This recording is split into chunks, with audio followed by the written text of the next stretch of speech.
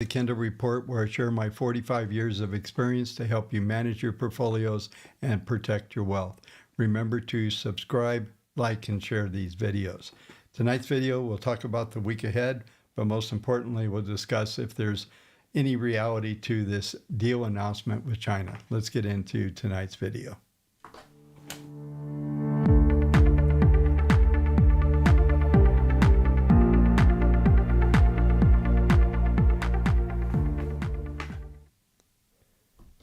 Okay, folks, welcome. It is Sunday night. A fair amount to talk about. One of the things that I've been discussing with you is remembering to pay attention to the White House, right? So there's always something coming out. I mentioned in the video for Friday on Thursday night that we should, watch out for what kind of announcements we get over the weekend. And supposedly we got a deal, right? A preliminary deal. Now, I hope it's better than the UK deal, because the UK deal basically was a pretty, I would call, lame attempt at a trade deal. There were a lot of details that were left out. Are we going to get the same kind of smoke and mirrors that we got the other day? Markets like it. I'm looking at the S&P up 1.25%. It gapped higher. There was a little scalp trade if you could get filled. It didn't stay there for long. But the realities are is we're seeing this big pop in the markets, and market participants are certainly liking what they hear. But meanwhile, we're still below the 200-day. We're still locked in the range. Even with this bounce back, we saw a little bit of selling on Friday, a little backfilling. But, here we go again. So this, and I'll go through the details here in a few minutes and take a look at our database and the typical thing that happened. But I have my concerns about these so-called, I'm doing air quotes, deals, because I'm not sure they're really deals. I mean, obviously, there's going to be an agreement and principle, all those kind of things. If you've ever been involved in litigation, you can negotiate with the other side, and by the time you get there, they've already changed their mind or decided to ignore it, or you did the same. So it's when you don't have a deal in writing, you don't have a deal. And I'm still very concerned about what's going on here from the standpoint of not so much the negotiations, just the rhetoric and the talking heads and all of the, between Lucknett and Bessett and all the players, Trump, tweeting, all of this stuff. It seems kind of interesting and hard to really grasp. I want to see the big document and the Trump signature on the document, and then I want to see Xi Jinping on it as well. So I think we're a long ways off. I think this is just noise. This is the jawboning that we've been seeing all through every one of these negotiations. There's no real deals. They're just talk, all of them. It's obvious now. I believe there's a ceasefire in the India-Pakistani situation, so that's good. But they're not getting India to the table when they're shooting their neighbor, and Japan is not. There's just nothing here, folks. I'm not going to buy into the scenario until we see it on paper. We'll see what kind of rhetoric comes out, what kind of announcement is going on, and just what kind of fluff. Because if you do not even a deep dive on the UK deal, it was pretty lame. There were a few things, hey, no taxes on this, so many cars, that kind of stuff. But then there was a whole list of things that have to be negotiated yet. And that just, any one of those things, or there's certainly numerous of them that can blow up these deals. And I can't even imagine. I mean, you think about if the real goal with China is to normalize that relationship, get them to stop stealing our IP, doing all these things that they've been doing for decades and violating every law, and then just, dumping products on it and hijacking products. If that's going to change, I don't know how they're going to change that.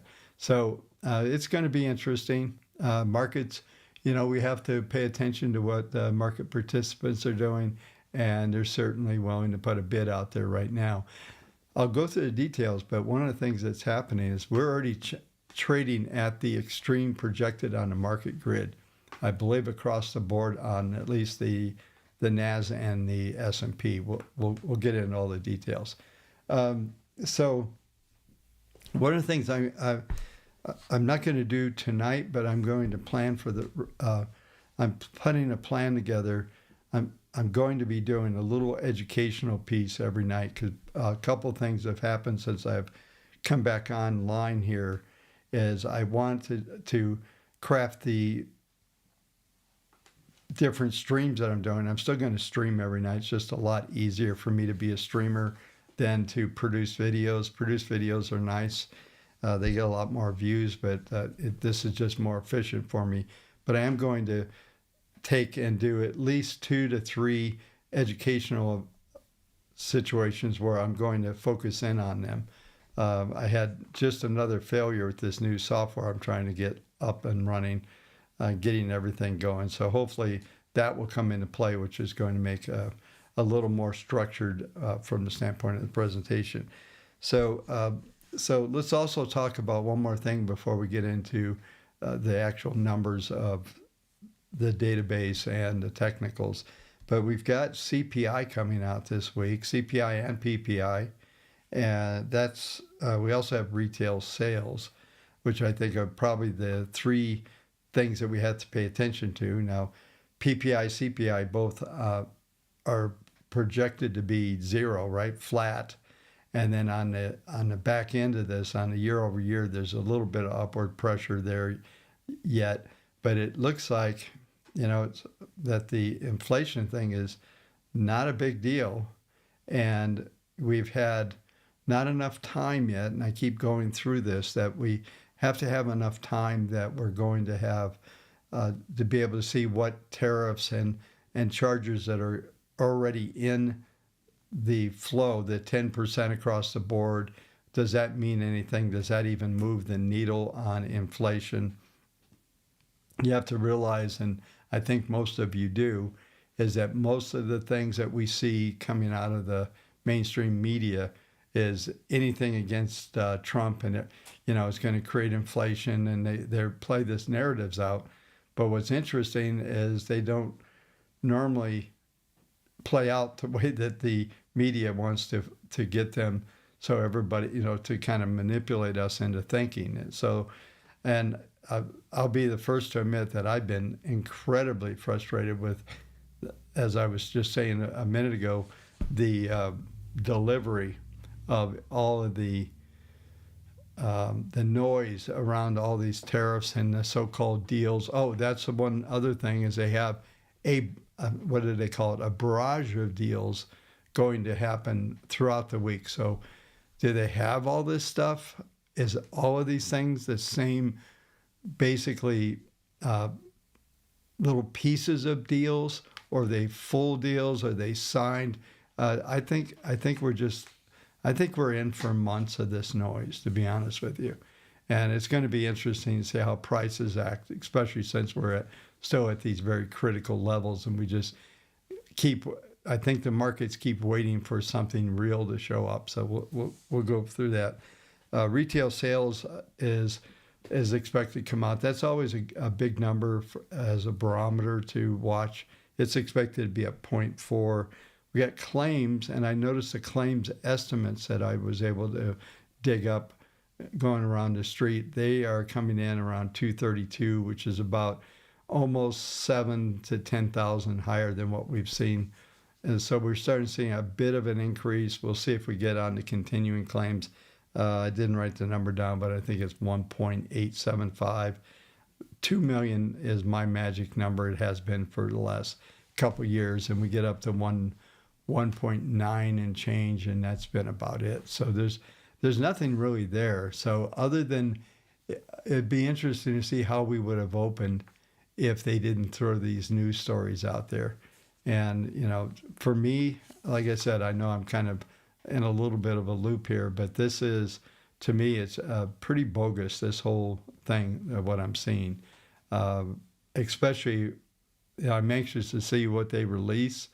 And if they do have this little barrage of all these countries that they've been talking to, are they all, piecemeal little pieces of a deal, or are they complete deal A through Z? I mean, that's what you're going to have to get it signed. And then the last thing I'll say on this is that Trump was even signaling, well, we might not have to have actual, official deals like signed deals. We're just making deals or handshake deals. I think that's not what we were told in the beginning, and it's going to be interesting to see what the workaround is or whether that actually shows up. Okay, I'm done with that. I'm just looking at a couple of my notes, make sure I get everything. Yeah, so let's go ahead. Let's go through the database, a little bit of things moving around there. Let's go ahead and get into the numbers and see what they look like as we come into this week. So I've got the weekly database here. You zoom in a little bit. We bumped up to 29.18. We had roughly 1,200 buys against about 150. I'm doing round numbers here where my cursor is, about 150 sells that came in. So we've got bullish ratio on 3.2 on 3.2. We've got bullish ratios on both of the intermediate so that's key, and we're at 29.18. So the numbers that I constantly drive at you folks, I tell you about a 22 number. If we break below 22, then that triggers into full liquidation mode. Well, the cycle we've been in is we came from about 60% as we came in the beginning of the year. We flowed down to below around 22%, and we kind of stabilized there. Now we're moving back up to 29. So we're still kind of in that range. 28 to 32 is still kind of a transitional stage in the database. Above 32, then you get to 42, 48. Those are next kind of areas of interest. And what each one of these mean is that where we are right now is just completely neutral. It's not bullish, bearish. And so it's basically telling us that we're still locked in this sideways range I've been talking about for the last several weeks. I know a lot of folks were saying we were to the moon 2 weeks ago. We're not going to go to the moon right now, and certainly there's a lot more work to go. And I'll point out some of those key numbers that I've been talking about as far as the trigger points for the S&P and for the NASDAQ on that level. So let's go over, just real quick. We had roughly 440 sales. I'm rounding these numbers out on the short term, and we have right at 300 exits. So if I zoom out, let's go over to the daily models. They have actually continued to move up. They're at 70%. Around 68 to 72 is an extreme here from that standpoint. So we're definitely looking at, some pretty robust numbers there. And right now we have 10 of the sectors long. If we look at the performance of the sectors, and get this, let me go off screen here. Yeah, so if we look at the sectors here, everything's performing pretty well. Typical holding period for these models, this is a very short-term trend, so they're 34 to around 50 days at an extreme on it, and that carries through as far as the individual trades out of the database as well.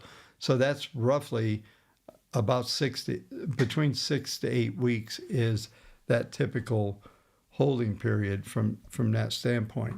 So the short-term database, as I've tried to describe before, like it gets up to this 70%, it's going to come back into that 48, 42, and everything needs to rotate. So within one cycle of an intermediate, there's 6 to 8 cycles of the short-term of going in and moving out, and that's the zigzags on the charts that you see when you look at the weekly and the intermediate trends. So right now what we're seeing is this is pretty robust, and we're obviously still getting the pops on the upside. That's something else that I always talk about. If you watch where you get the jumps in prices, we continue to get these big openings and big surges to the upside.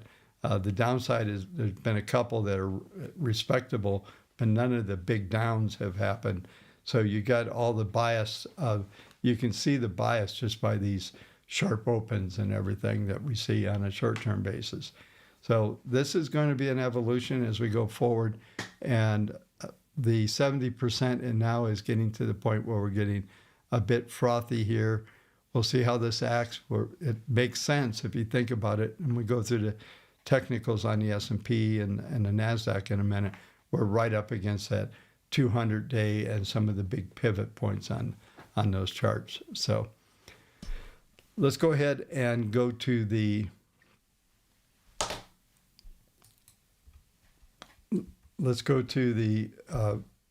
S&P. Hang on. I've been leaving these pivot points out. This is the daily, where it's interesting that this pattern that we continue to get is just, just bumping in. We're almost getting this zigzag. And one of the things that I laid out for you the other day is that we should get some downward move. I'm going to zoom in on this most recent bar right here. You can see we're right up against the STX level. Think we printed above it just by maybe one handle or so. I'm not sure. I'll take a look at the numbers here in a minute. But this pattern we did get where the market grid's starting to roll over a little bit here, and that's right. You can see we're right up against here the 10.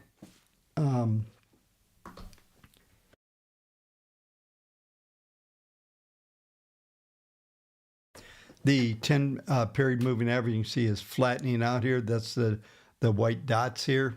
And then we have this forecasted upslope of the 21. So we're most likely going to see us stay below the 200. You can see the 200 has kind of a little bit of a hump in it, which would get us, let me just tighten this up just a touch here.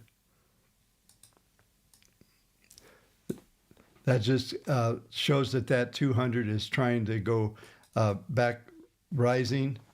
And when we zoom out, you can see the 200 on the very bottom indicator. This is telling us that we do see a bit of an increase in the 200-day 200-day moving average is starting to turn up a little bit, which is a positive as well.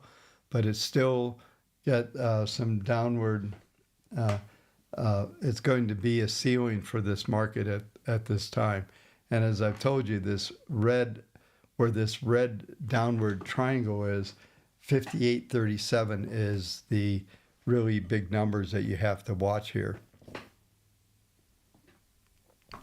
So I'll just pound on them again. The 200-day moving average right now, 57.82. So far today, we've had a 57.68, and then this number over here is 58.37. And 58.37 of the two numbers is the biggest number, because what that number is saying is that we're going to, if we take that out, then we've taken out the downward slant of this pattern, because we exceed that high, that will break the pattern. And then we should see, if that happens, a new Fibonacci target to the upside. And I'm going to go through the 10-year here in a minute, and I already have, when I go, right before I go live, I just kind of skim all the markets I'm going to cover and just see if there's anything outstanding, and then all the analysis is just done on the fly. So what I did see something very interesting, and we'll go through it here in a minute, but the patterns that we're seeing on the daily is the same pattern let me zoom in on this again. Just kind of get a feel. I would say going back to right at April 30th. So this, all of the trades, but over the first part of May have been staying below that 200. We're seeing just a real resistance line. So if it does break it, there's going to be a surge, and then that 58.37. I'll give you the same key pivot numbers on the NASDAQ here in a minute. But at the moment, that you can make bets on this thing, but I'm still betting that my big trade that I've been saying is going to be the easiest trade is to do some straddles on SPY or even on the ES, where you can straddle these ranges and you should be able to steal all the premium ends up to be yours. Just to sell the calls, sell the puts, deep out of the monies, and since you have a lot of expirations to pick from, that's still going to be the best trade. And I was telling you on that trade that goes way back, into after the big spike in April. That was the trade. Not only did that trade do that, but that was the moment of the trade because volatility blew up. So that's when you want to put these on. It's contracted a bit, so it's not as nice as it was if you'd have put in, like a 30-day, just did some straddles out 1 month or 2 months. There's a lot of that premium's already years since this is getting squeezed down. So anyway, I digress, but let's go into it since it's Sunday night. Let's take a quick look at the weekly chart as well.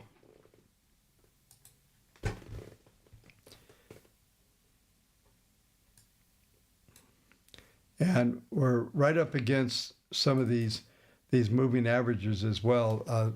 I'm glad I brought this up because this is one of the things, if you don't go into a multi-series analysis and if you don't look at the weekly charts, you'll be looking at the daily, go, oh, it's ready to break out, it's going to run. And if you didn't look at the chart I'm going to go through here now, is this telling you that crossover point, it actually happened right here. The 10, it's the 2140 crossover, and the 21 is crossing to the downside. That number right now, I'm just bringing this up. So those numbers are 57.98, 57.95. So they're right there. And then, of course, we just talked about the 200, which is very similar. The reason why I use the 10, 21, 40 period moving averages, and I have since probably 1983, the reason why I've done that is they correlate together. So if you go from a daily to a weekly to a monthly, you'll see a really interesting thing that happens is that 200 day is very similar to the 40 week. The 10 week is equal to the 40 day. They all kind of go together. I should probably write up a story on this. And just real quick, if you don't get the Substack, make sure you get that, kendallreport.substack.com. It is $8 a week. I'm going to make a bit of announcement right here, just that I got the manual done. I'm going to, tonight, I'm going to put the quick start guide out. I may put the whole manual out to the data sheet. Matter of fact, I haven't run it yet, so I'll run that before we go too far here.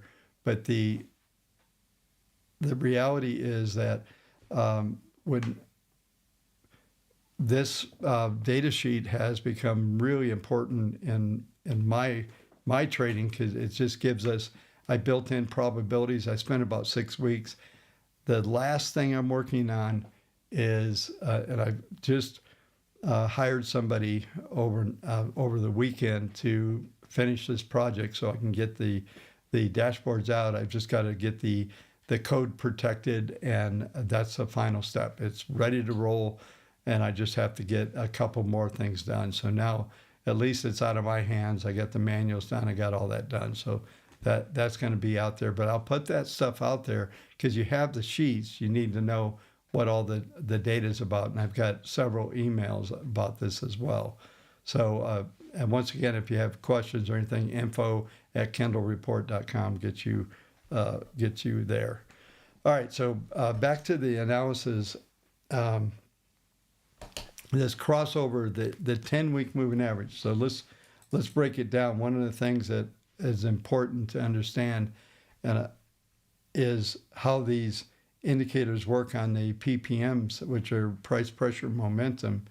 If we take a look at this is interesting because we're going to get a couple patterns here.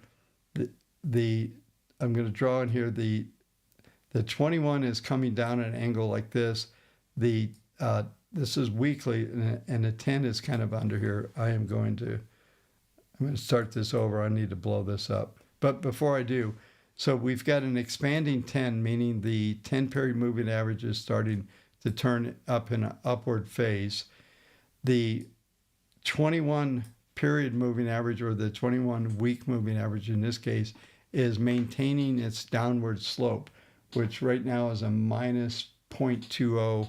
Anything under a minus 0.15 gives it a pretty decent rejection probability. So that's maintaining. And the more important thing that's happening here is this down here, we're seeing the 40-week moving average, which is moving down. We're seeing the 200-week moving average also starting to decline. So the whole shift of what's happening, if just looking at the 200 week or any of the 200 series on whatever chart you're looking at, if that's upsloping, then that's going to give you confidence that the larger trend is still in the direction of that moving average. But what's happening here is we're not negative, we're still very positive, but it's starting to lose momentum and it's starting to do that slight rollover. And if that happens, then we end up in an elongated trend, especially with the 200-week trend. We're looking at, 1.5, 2 years of kind of a negative roll. We're a long ways from that, but that's what this is insinuating. We're still positive 0.16, which is actually very bullish. What that does mean, if we did trade down, which we did a few weeks ago right here, we traded down to that 200-week moving average, and it just, we got the big bounce. Of course, most of that was just how crazy that Wednesday was. I've talked about this before because most of the action that we saw in the last several weeks happened on one day, and everything's been in response working around that one bar, which was that Wednesday. So that period of time has dominated all of the action that we've seen. I told you that what we're seeing here, I'm going to open up the screen so you can see it, is that the volatility and the range volatility had to normalize before we're going to be in a place we're going to be able to make another assessment of which way the market's going to go from here. So we basically have done that the last 3 weeks. I mean, it's almost like it felt like, why did we even open the market on Friday in a way? It's just kind of a chop. It was one of those days, but we're seeing that same activity even on the weeklies. So this patterns that I'm talking about here is important to understand because we have moving averages, large scale we'll call it because they're weekly. These are bigger trends. It takes multiple weeks to turn these things around. So these don't turn very easily. The daily charts, they'll flop around like a fish out of water, and they're a lot more noise. And in fact, okay, so it's not official, but a quick class on that. On time series, the lower in time series you go, the more noise there is. So at weekly we determined many decades ago that looking at weekly trends was your best as far as having more longevity. And if you look at the models, if you have WaveTech, if you look at the holding periods for the weeklies, they're approximately about 225 to 250 market days, which is about 1 year. So the intermediate trends kind of evolve over, we'll call it 8 to 12 months on general. When you get into the daily, we're talking about, 4 to 8 weeks. So you get much more noise. And then if you go down to hourly, you get next level of noise, and you can start, those hourly trends are like 5 to 8 days, and then you can just break it down till you get to a 1 minute chart where, where it's 4 to 6 minutes, maybe 12 minutes is a minor trend. But the noise level and the volatility goes up as well as you go down the tree. So when you get to this weekly, what you're really seeing here is a kind of a normalization of the noise to a large degree. If you go to monthly, that can almost be a bit too long. You want enough of the noise that you can look at what's going on with the intermediate and larger trends, and that's why I always go through the weekly database and talk about that so much, both in the YouTube channel as well as going into the Substack. And these are real important basic theories or philosophies to understand so that you're not making mistakes. So I was just talking about how we're right at all of these key levels on the daily chart. When we start to look at this chart here on the weekly, we're seeing still an acceleration all the way into, looks like first week of June, and then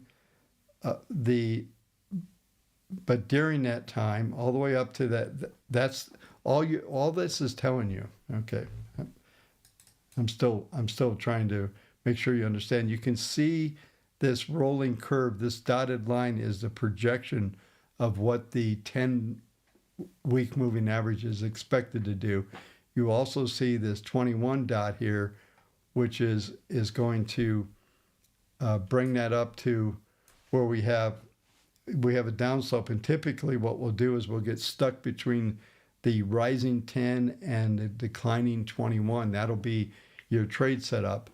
And since this is a weekly, this will give you a little broader range, because see if I can get exact numbers here.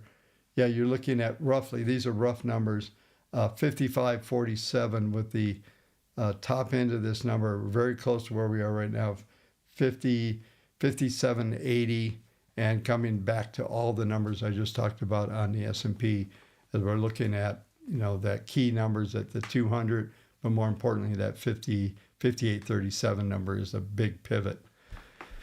And I left all these triangles on here, and all they are doing is mapping all the key pivot points. So on a weekly basis, the last upward key pivot point was the ATH, the all-time high. And now what we're waiting for now is if we get a marked low here, we're waiting for the algorithm to pick up and validate this low here, which I believe we'll probably end up getting, that this will be a valid low. And you'd think that's bullish, but I'm just going to carry these thoughts since I went so deep here. I just want to lead you through the whole thought process here. So we have a marked, right now, if we get a marked red, we get a green. The danger here is that we get another marked red, and I'm going to draw in what that means. And this has been influencing me a lot in my analysis.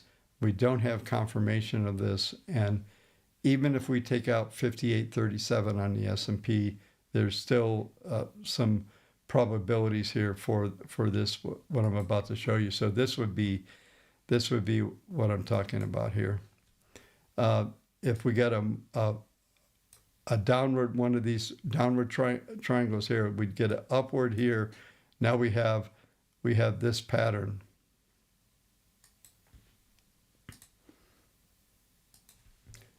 So you'd have this down,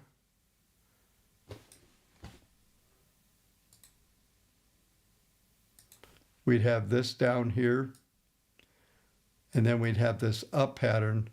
And if we got where this arrow is here, if we got a marked red triangle, that would set the tone for a swing objective like this. Would tell us we're going to break below all these numbers.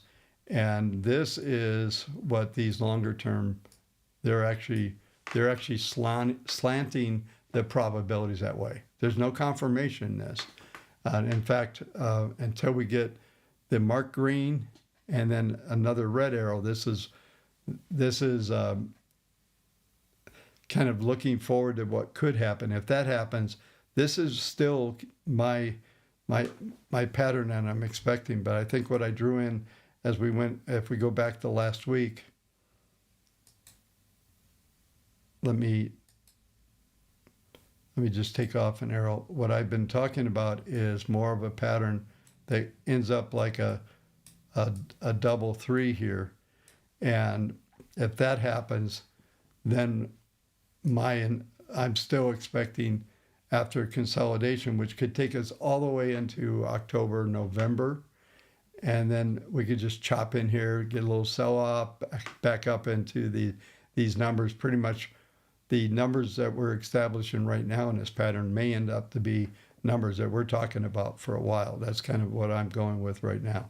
We may break out and Trump does the deal of the lifetime and we go to all-time new highs and everybody's happy and all that. We should be able to figure that out through the database, what kind of traction we're getting on trends emerging, all that stuff. So we're not going to get caught blindsided thinking like this, but this still is these patterns carrying us into Q3. I'm still stuck on this. I think we're going to see negative output from the economy in Q3 and 4, possibly into 26. We'll see what plays out. The database will convince me differently if we get above 42, 48% bullish on the weekly, just tying everything together that I've been talking about since we started the technical coverage and going to the database. But this down here, I'm not giving you any price. This is pretty dramatic. But somewhere down here, this is like 5,400. Somewhere down here is probably where we end up. I think we end up making that this is not the low. And it's interesting. I think I saw a little clip from Paul Jones. He thinks the same thing. And the reason why is that there's way too much to deal with this whole tariff restructuring of world trade and all the things that are going internally in the Trump administration, everything from Doge and cutting, and there's just a whole lot of stuff that needs to be digested. And I don't see the bullish scenario popping out of this, just to kind of go down this trail a bit, is because there's not likely to be anything bullish that much unless there's some crazy super deal with China that no one ever thought was possible. I think China has a lot of issues. They probably have to be very careful. As I've said before, it's funny. I've spent a month in China many years ago, and what I saw, I think the government is more afraid of the people than the people are afraid of the government, I think. And I think Xi Jinping wants to, he needs to keep the younger people there. There's a lot of stuff going on. Economy struggling, real estate. We all know all these things that exist. Like I've always said, it's even more so in China than it is here. But if you have a legislature, you have the power of the purse, you can pretty much manipulate anything. And we've certainly have seen that going back to that. If nothing else, we can learn that from the pandemic, right? They're willing to dump $4 or $5 trillion into the market, and they have the ability to do it.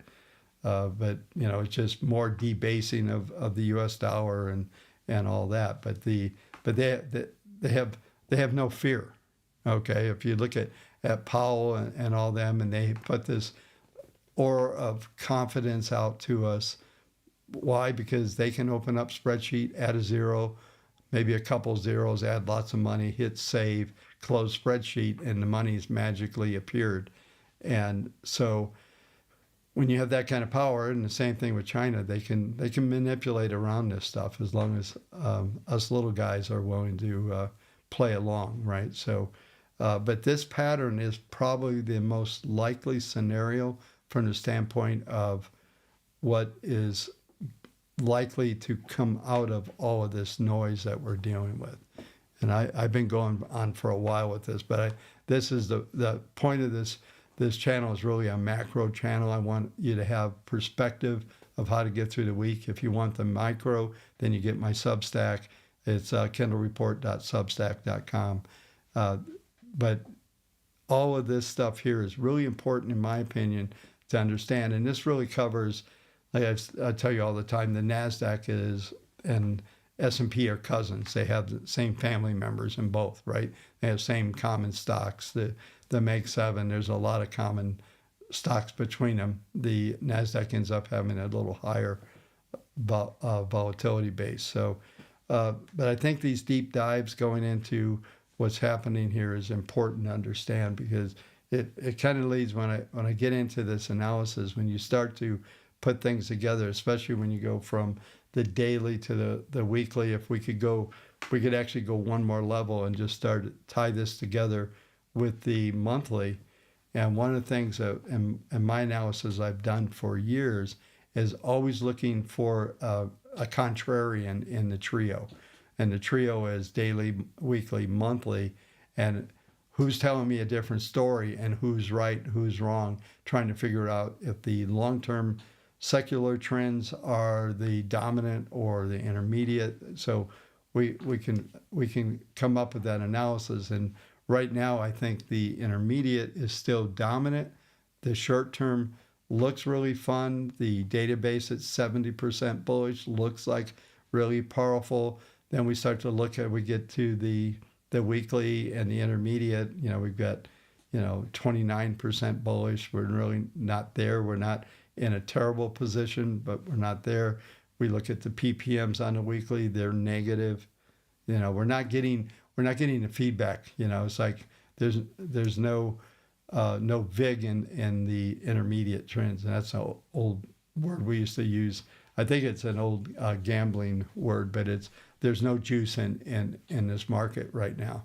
There's a lot of noise, there's a lot of rhetoric, but there's no juice. There's nothing that really coming out. And we just went through earnings I think there's still a few coming out right now, but as you go through earnings, you just realize how every one of these companies, all the analysts, everybody's in on the game. They're just cooking the books to make it look good. Every 3 months we kind of get a little reset, and everybody, 70% of the stocks outperform. There's only 25% that miss.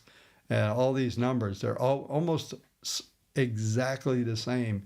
If you go through, you could probably go into Chat GPT and ask it for the last 10, and maybe this is a good prompt, for the last 10 quarterly earnings reports, what is the breakdown? Just go with the S&P. They'll probably have the most stats.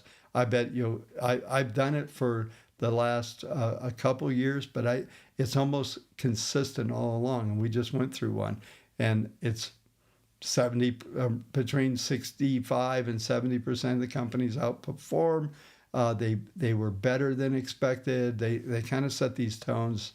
So but there's back to my point is that there's nothing here that is going to get super bullish. You can get, like I said, you can go with Trump's got the deal of a lifetime with China. We'll see. Okay, if it is, it is. We'll see changes in the database.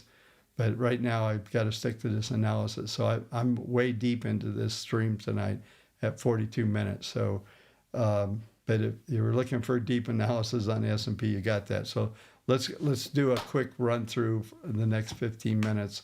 Let's go over to the NASDAQ, and we'll stick with weekly for the moment. Bear with me just 1 second.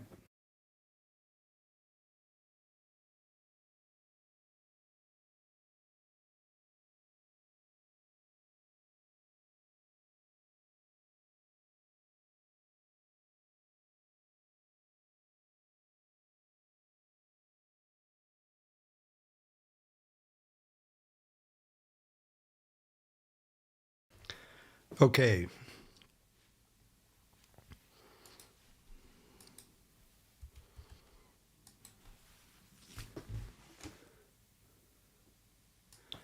So this is a weekly NASDAQ, same scenario that I was painting. We could get that. We could get a marked low here, get a marked high somewhere in here. If you look at it, and I just need to preface this before I put it out there. I'm not saying it is the same, but even in 1987, we had, I think, a 70% retracement on the right shoulder before the big crash in 87. Not calling for a crash of 87. Don't put those words in my mouth. But that's important.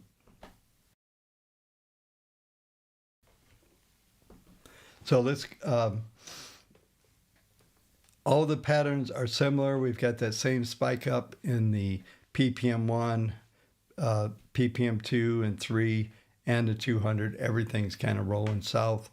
Not in a big way, but it's certainly, everything's telling us that this is not the typical setup that you're going to get if we were going to the moon here, folks. It's just not.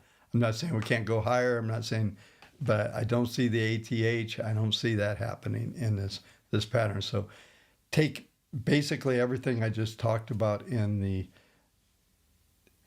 ES and in the S&P and apply it here, because the patterns are the same. I'll just pop over to the daily chart real quick, and with the exception of a little more what typical is volatility. Look how this, there's one thing I will bring up here. If we look at let me zoom in on this. So if we look at this pattern here, we're coming right along that 200. The forecast is saying we're going to get over the 200. The equal number, I told you I'd give you these numbers, the 5837 pivot number on the NASDAQ, that same data point where that red arrow was, where this pivot started, is at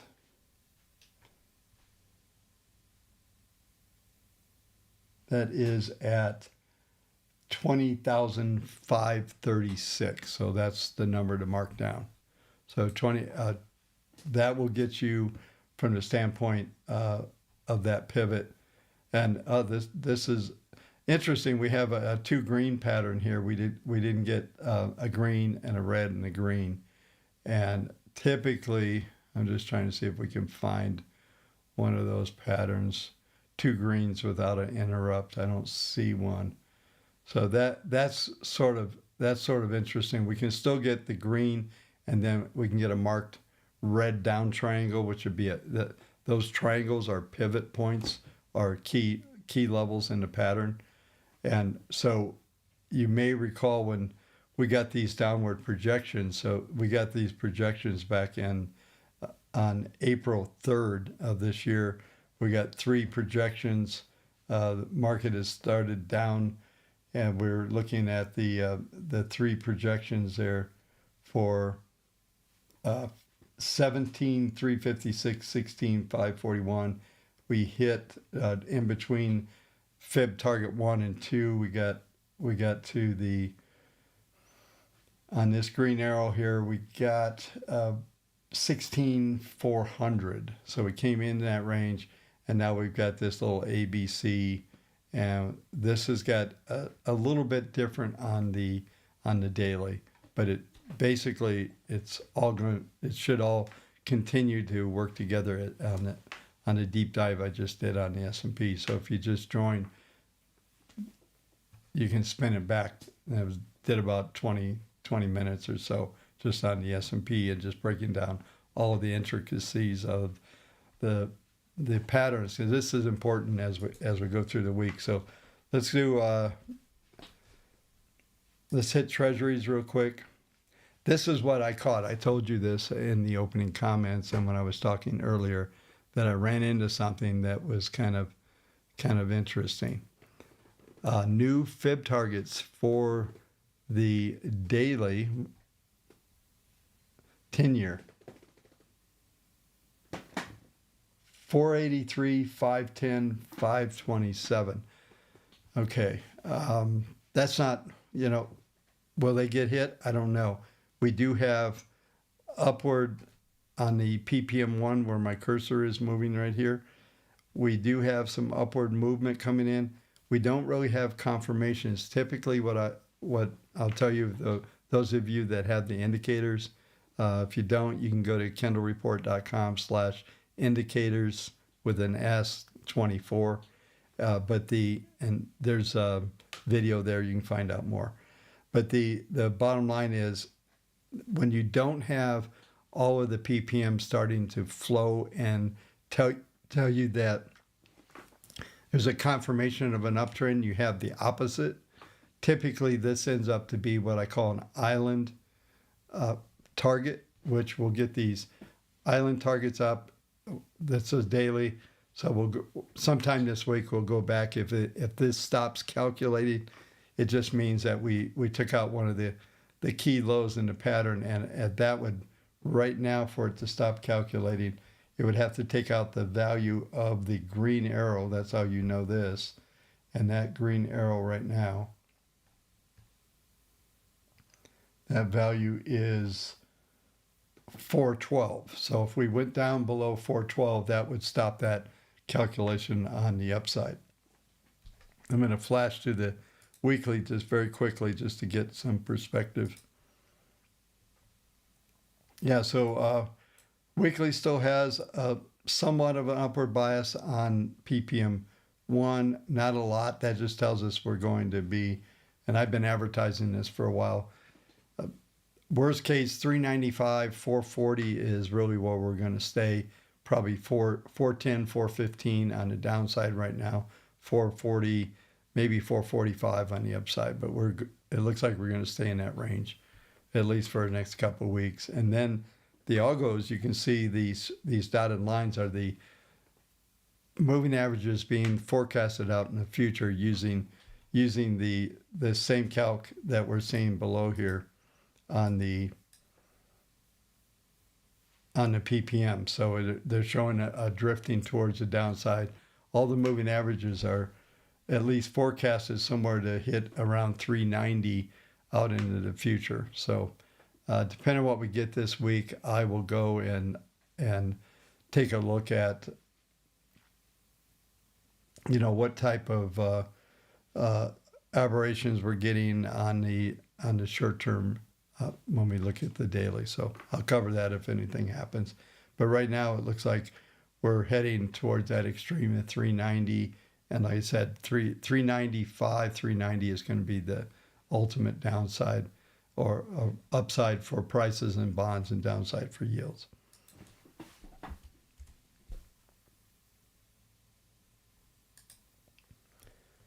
So gold I've been talking about for a while. I'll bring up this chart here. We really still have this upward slope being projected in the 10-week, this weekly, but it looks like to me that we're going to continue in this sideways range here. We probably hit a climactic high. The market grid has turned back up on a weekly, so that's interesting, but I still think we're working that bubble formation where we got the big volatility. It still needs to normalize. I think we got another 3 or 4 weeks. Last week's rally was pretty impressive. It rejected right off of the weekly STX. Let me show you this here. So we look at the high last week, and we had a high of 34.48, RXC 34.33. So we basically got just above that rejected. We ended up closing at 33.29. Yeah, 33. Let me get the right number here. Yeah, 33.29, and I'm looking at S1. That was pulled all the way back to basically R1. So we were still in the R series in the upward band of the volatility. But that higher close that we got was enough to turn the market grid up. I suspect after this week we will turn down and we'll start to see that normalization, and we'll stay above that 10-period moving average weekly. So anything down to that value right now is going to be your screaming buy 31, call it 3,200. you see that number, you're going to be able to trade off of that number as we go through this week for sure. All right, so we'll cover Bitcoin.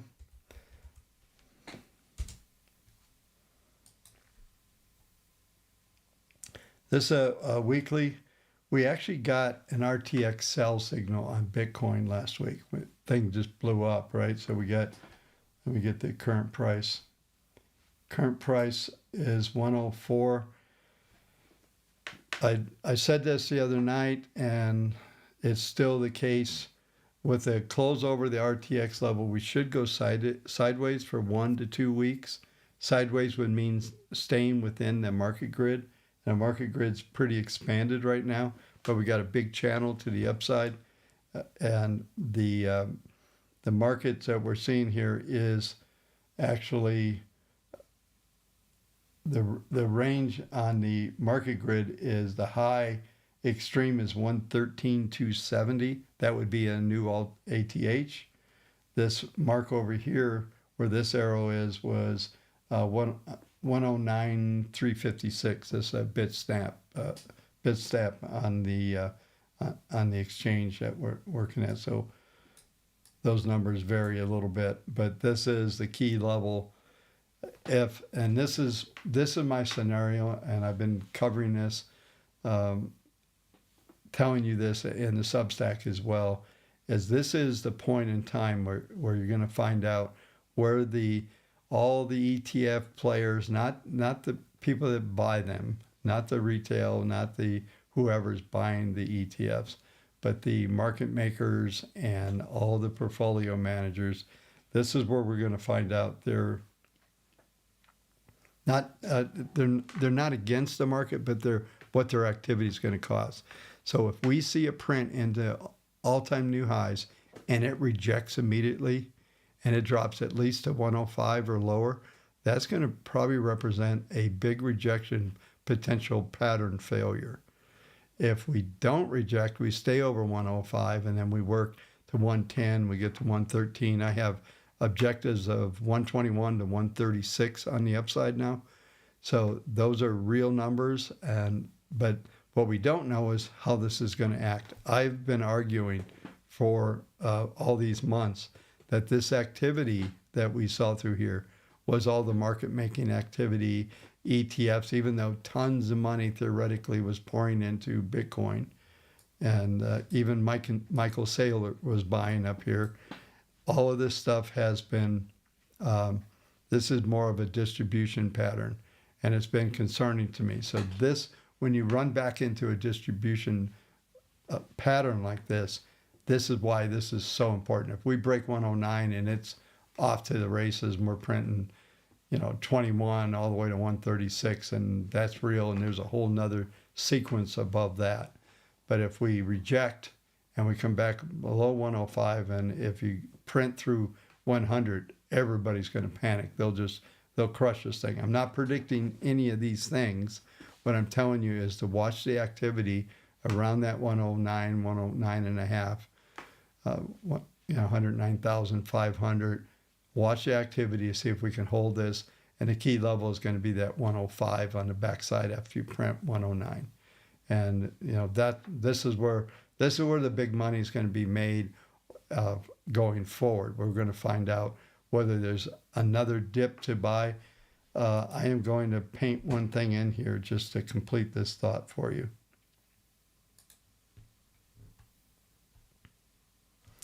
Yeah, so this is what I'm talking about, is this distribution pattern, and then a breakdown, and it came down to this weekly chart, 40-week moving average. We had some numbers in there. This green number I have talked about and is still valid right here, which is 71,500, 446 to be exact. That's a big pivot. If we took that out, then we're coming all the way down here. I don't think that's what's going to happen. But this is what I'm talking about here. This high water mark, right up here. Let me pull some things off. Let's clean this up. We'll call this it'll be right at the end of the show. It's pretty good timing.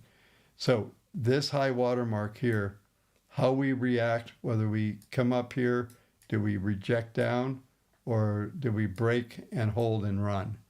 And there'll be some numbers on the daily market grid. This is pretty much a dialogue that's going to be in Substack. That's going to be what's going on here. But if we break back, and especially if we break back below, I'm just trying to see this number, what it is. I have to take all this stuff off. I was hoping it was on the screen. It is not. But yeah, so it's fairly close. Yeah, this would, we'll just say a break back under 100. If we failed to make a new high, or if we made a slight new high and then it rejected, watch this action. I'll be talking about it every day. This is going to be key going forward from that standpoint. Okay, folks, I appreciate you spending the time with me today. Just looking at, just to see if there's any comments that bounce out at all here.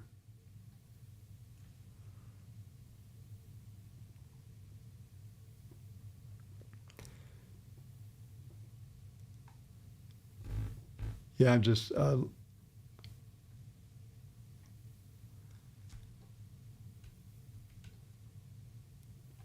yeah, I don't see anything at the moment that's hang on, this is why it's not working.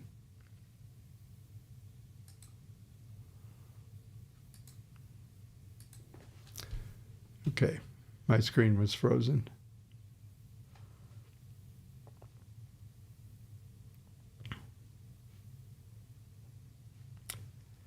Yeah.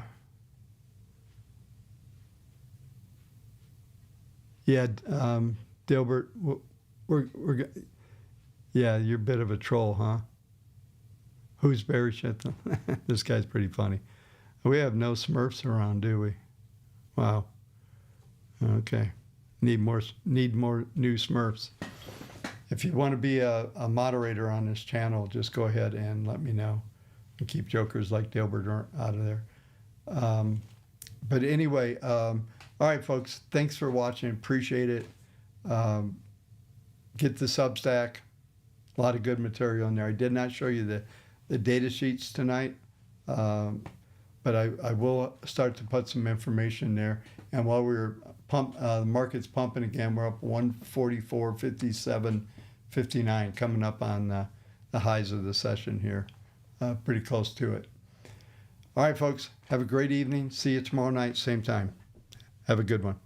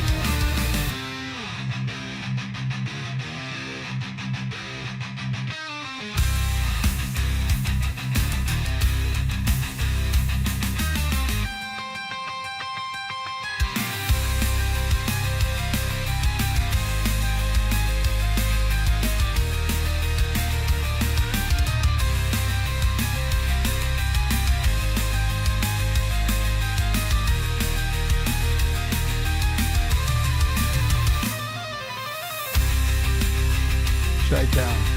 Mute the other dude.